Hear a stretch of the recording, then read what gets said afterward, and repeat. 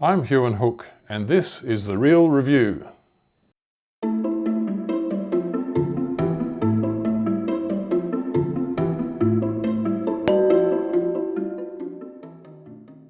wine we're tasting now is the Ballinaclash Tom Cabernet Sauvignon 2019, and it comes from the Hilltops region of New South Wales.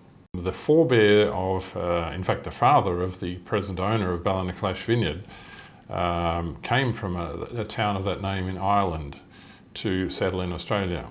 And the name of the people who own this vineyard are Peter Mullaney and his wife Kath, and they are at Young, which is known as the cherry capital of New South Wales. That's cherries, not sherries, by the way.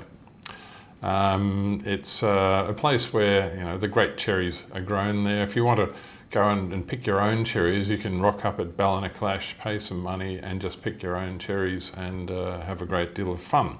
Get a couple of wines on the way out.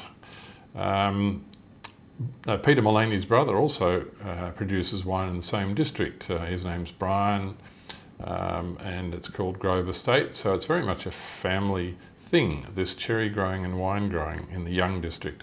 The Mullaney's at Ballinaclash have a pretty interesting approach to making wine, which I've never heard of before. They make a Cabernet in the odd years and a Shiraz in the even years. I've never heard of that before. And the reason, I did ask Peter the reason they do this, and he said they didn't want to overload the market. So I thought that was very, very cautious of him.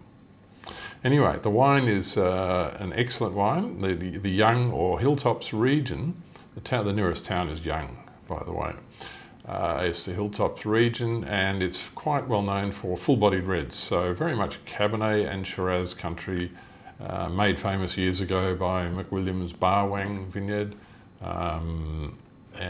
These days there's a lot more to it than just Barwang. This wine is an example of that, and a very good one indeed. So how does this wine taste? The Ballinaclash Tom Cabernet Sauvignon 2019.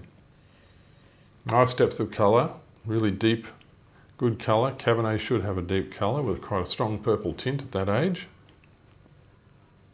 And it smells like Cabernet. It's got that lovely cassis crushed leaf, not too much crushed leaf, but more a matter of ripe Cabernet fruit. So it's blackberries and cassis, that kind of thing. A touch of oak, really nicely integrated. It's all very much together. Have a taste.